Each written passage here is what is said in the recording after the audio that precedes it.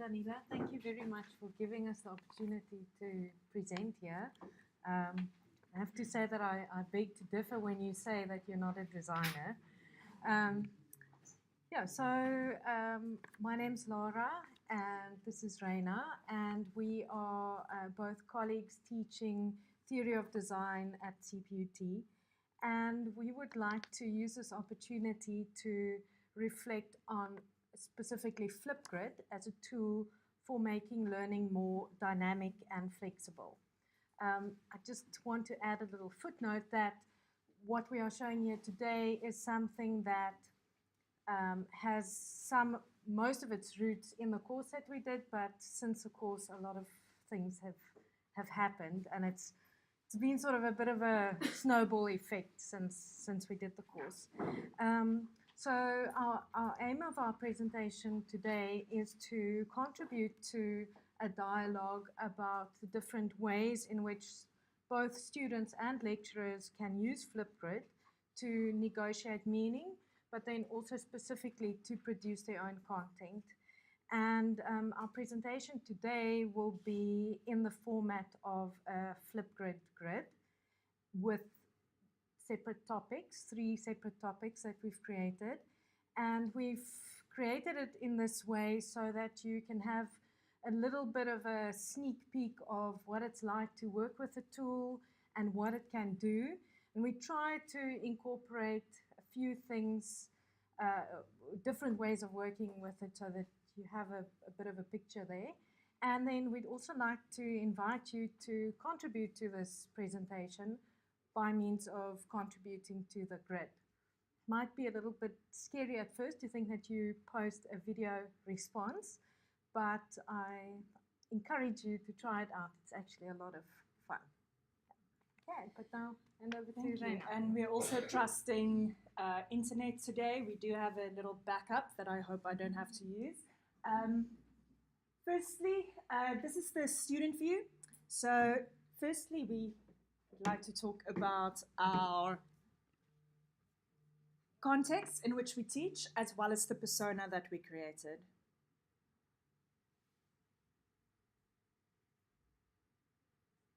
Morning, Ryna speaking.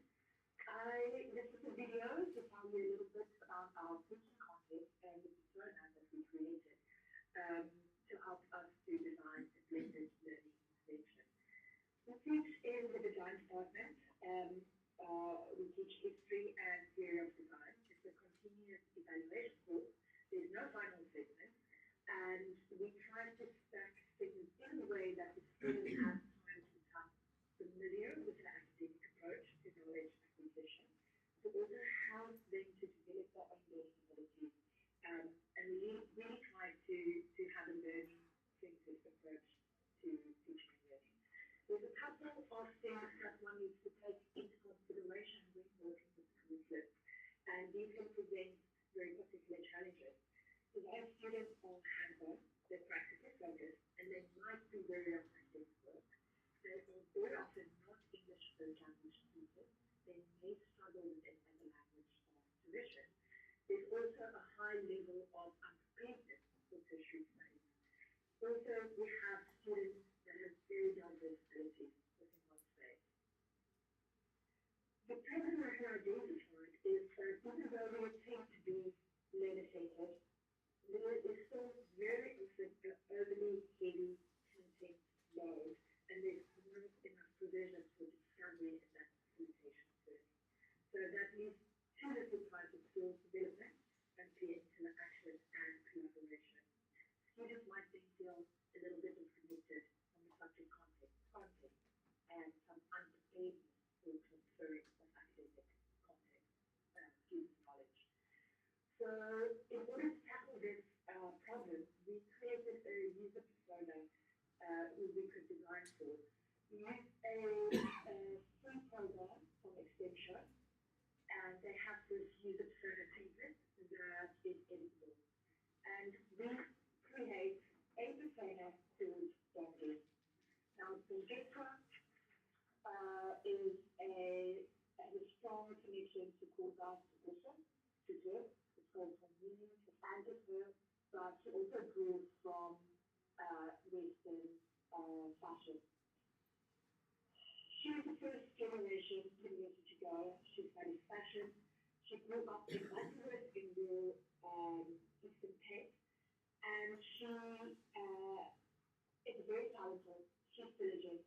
She's career-driven, but she is also quite reserved and subservient, and that has the effect that she is not always able to voice her opinion in class. And she feels unsure of her full range of ability. She's not a confident speaking English speaker, and she has very little exposure to hearing the language spoken conversationally. That makes it a little bit difficult for her to follow what her lecturers are saying. So, looking at her goals, let's rather say our teaching context, her goals, her challenges, where she comes from, we decided that we would like to create blended learning interventions that would support Guzman to better express herself and participate in class. Our use of the choices that we make with our use of blended learning very often takes her in consideration. So just to show you a little bit of what we try to achieve, kind of like the foundation of our approach, Lara will We found it explain. useful to use drawing as a method for understanding our teaching and learning practice. A predominantly linear, presentational and non-interactive teaching mode places the lecturer on one side of the class and as the giver of knowledge. On the other side, you have the individual students as the passive receivers of knowledge. We aim to shift our teaching and learning practice from this teaching mode to a more interactive, collaborative learning experience. Here, the lecturer will play the role of a responsible participant in a welcoming and warm environment that values learner identity,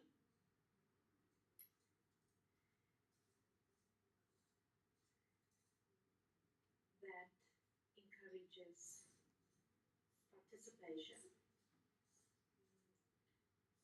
So we shift from a one-way learning experience to a two or multiple-way experience.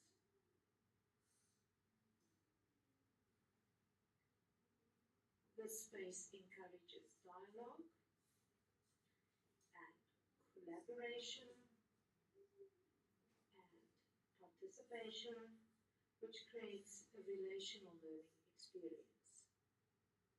This is an active experience, and it is also a learning environment that foregrounds diversity.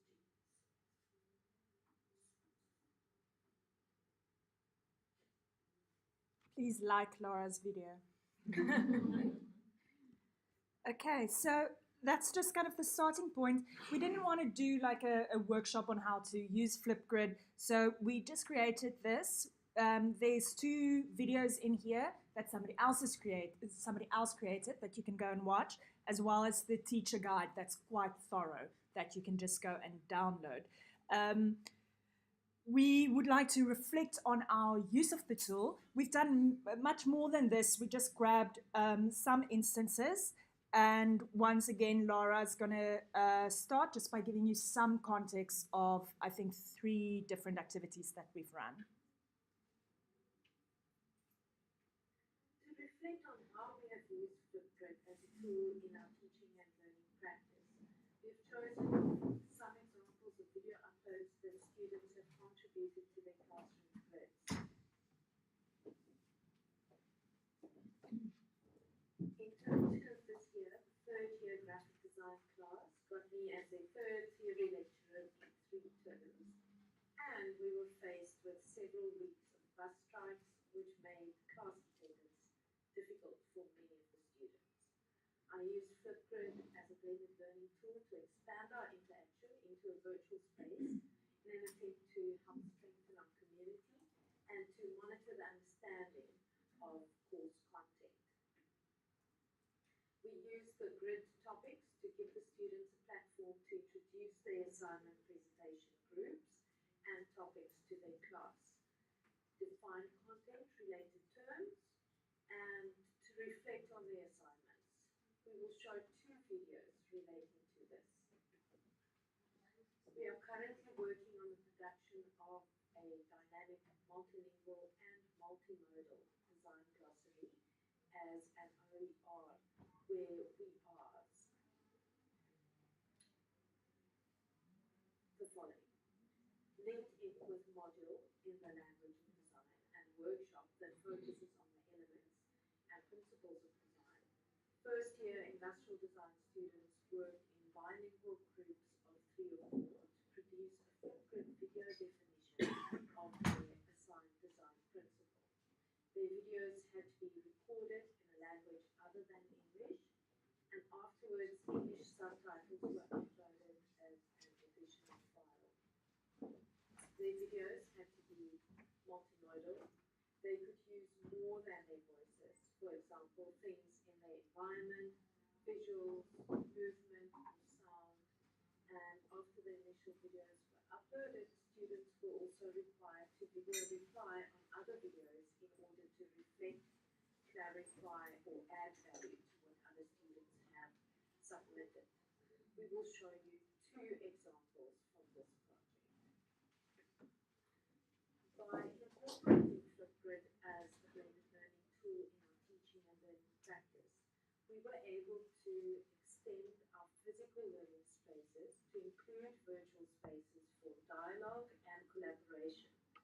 Topics such as the graphic design 3 group and assignment topic introduction got almost 4.5 hours of engagement time at a time in which we had empty lecture halls. The multilingual design glossary topic has an engagement time of 8 hours and 54 minutes. That's how long it takes to watch all the Indiana Jones movies back to back. Moreover, a more democratic power dynamic has developed through students participating in production and negotiation of their own course content. We have found it useful throughout to keep the design persona in mind when making decisions, and further support has been Joan Tronto's Ethics of Care framework and the principles of human-centered design practice. Okay, so some time for examples. We uploaded more than we're going to show, but you're welcome to go and watch them. The first one here is after long presentations. Oops, sorry.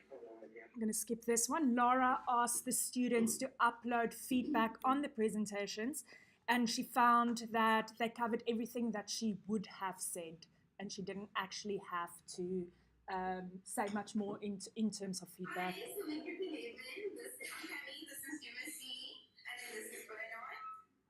So basically, we're doing the toolkit 11. So my one was basically what was it like listening to other students present.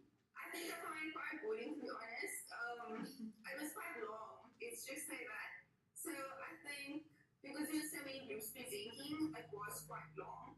So that's basically how I found the presentations, I think. So this is Jersey. Okay, I'm going to be speaking what I found disturbing. What I found disturbing was just like the fact that people like walking up and down.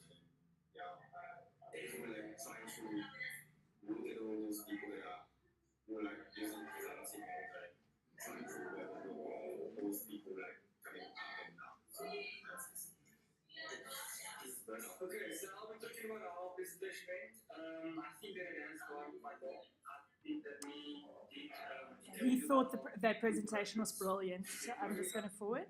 Oopsie. Oh, I didn't even know I could do that. This is an example of how students cope that didn't actually want their faces shown.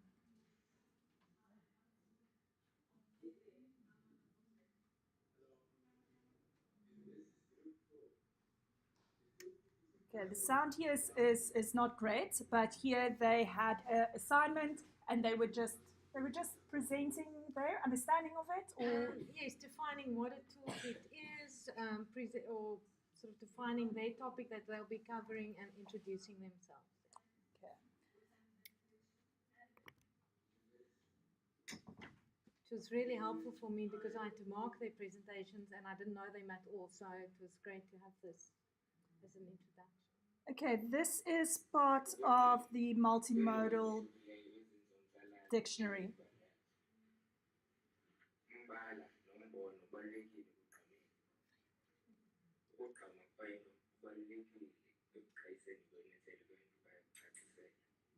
And they are defining contrast.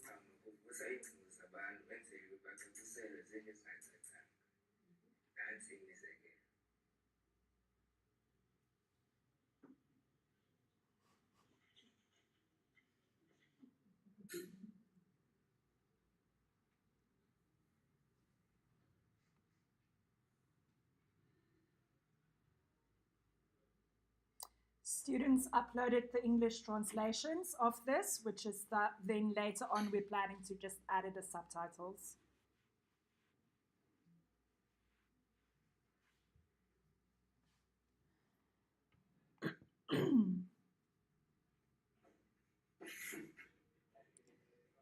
And then we also asked for responses, critical responses to videos. The contrast video was good, creative with a good, clear explanation of contrast.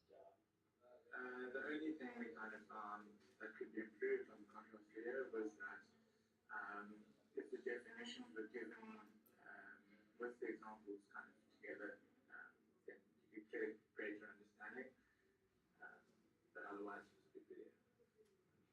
Okay, cool. Now we're going to give a few examples of contrast. Here's contrast between the white and the sharp magenta that creates the contrast. Here's contrast in terms of texture and color.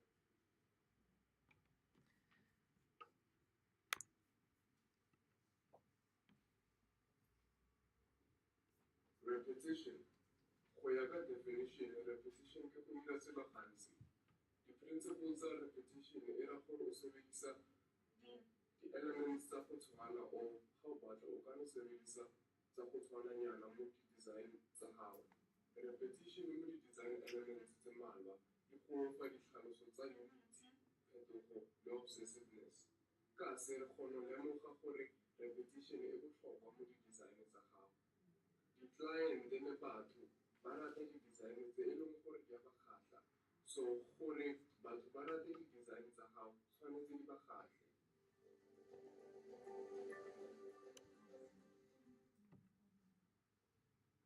Okay, repetition is basically, it's not only in design, it's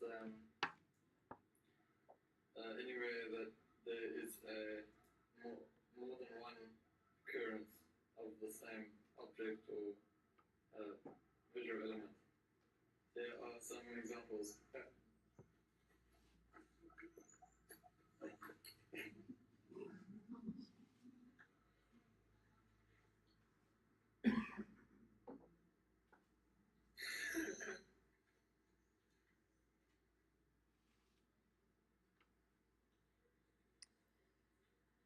So one thing that we didn't include in this presentation is just some troubleshooting, things that we have found from our experience. And I'm just thinking, Laura, we can actually later just upload a short reflection on that and put it on there. Whoa, we don't have to listen to that again.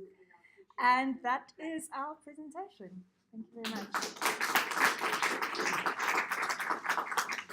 We actually have quite a bit of time, so if you want to add some of the troubleshooting or if there are questions in the audience, we have at least another 5 minutes. Okay.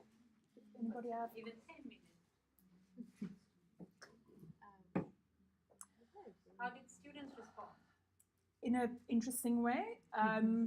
There's students that really like it. There's students that we see parts of their personalities that we've never seen in class. It seems to be just the cell phone recording device is something that they are so familiar with, and they're quite comfortable almost showing themselves as not as an academic student, but just as a young person. But then there's others that, and I think it's because it's design students possibly, that have difficulty dealing with the low production quality of it, and that wants it to be perfect and keeps on pushing. Why can't we use proper equipment? And then we're like, but that's not our goal. We can do that for a different project.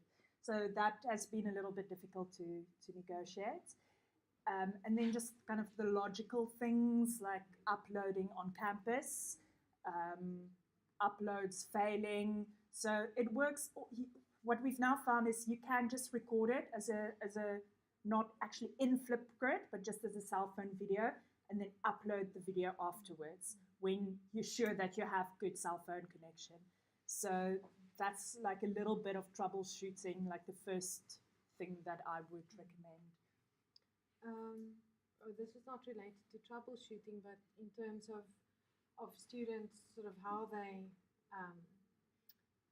interact with the tool. It's just that for me, I had a class where it was a big challenge to get them to talk in class, because for many of them it's not English, it's not a first language. They seemed like they weren't really comfortable talking, and I'm new to them. And after using Flipgrid, because you can see in the Flipgrid videos, they actually come across as quite confident and they've got a lot to say. And after starting to use Flipgrid, I mean, I'm not using it every week. We keep it as a novelty, but they have been engaging a lot more and have been a lot more open in class because of that, I think. Just another thing to mention is that you can actually add rubrics. So if you want to, this is the educator grid, so you can switch between the student grid and the educator grid. I have to remember how. And you can also add your entire class list to the grid so that you have your full class list with names and everything on the grid. Just while that loads. Students don't like it if they have to sign up for new tools. I don't know. I think people constantly ask them to. And this is great because you only need the little course code and they just put it in. There's no, it asks for an email address if you are part of the EU, I think, because of sharing. So, and it's both, there's a web-based platform and there's a mobile app. Yes. And you can switch between the two. And you can link from Blackboard to the web-based platform, and the students can quickly see all the videos that were uploaded, or they can download it on there. And you can also invite co-pilots to your grid. So if I create a grid and it's something that Ryna and I work on together, then I make a co-pilot on the grid, and then we all have this. If all the co-pilots can do the same thing on the grid, and then also you get email notifications every time a new video is posted. And it's really short. What is the maximum? Well, you can set the limit, but we haven't ever made it longer than 90 seconds because it really makes them think about what they want to say. But if you upload a video, it seems to bypass that, though. Yeah. Again, unfortunately, it doesn't want to. But yeah, it doesn't want to load now. Are there any questions from the audience? I was going to ask the wicked question about Blackboard, but you kind of knew.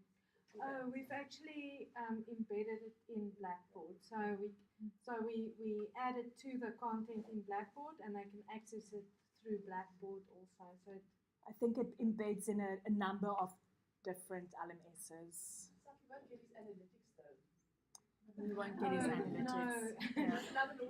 but we get the. I mean, you can see our names here now, but the student who posts name will be on there, and we also get the number of views and the engagement time, viewing time on the grid.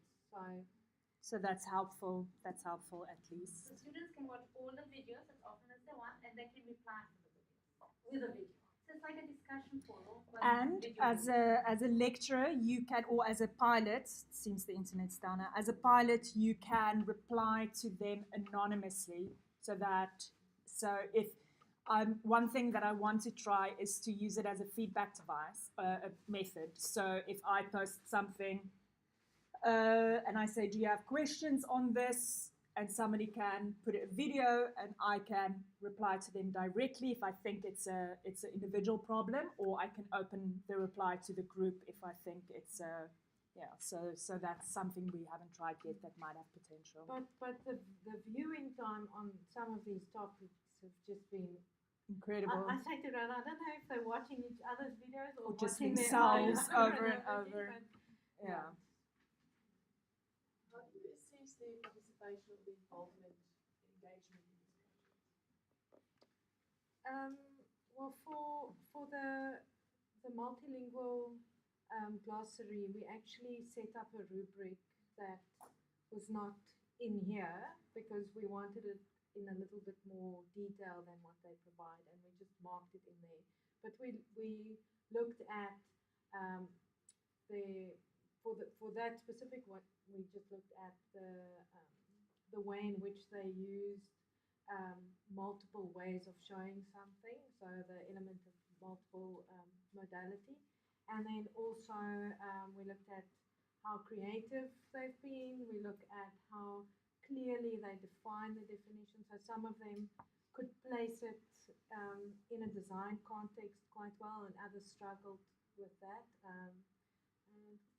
Yeah, and we, in a sense, I almost want to say forced engagement by writing it into the assignment that they had to reply to 2 videos. They had to post, and then we marked the quality of the contribution to the video.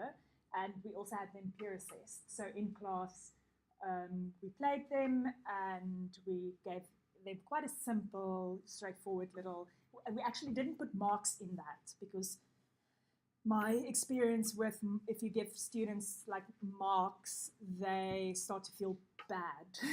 So we just had criteria and they just had to put text, and then we translated it into marks.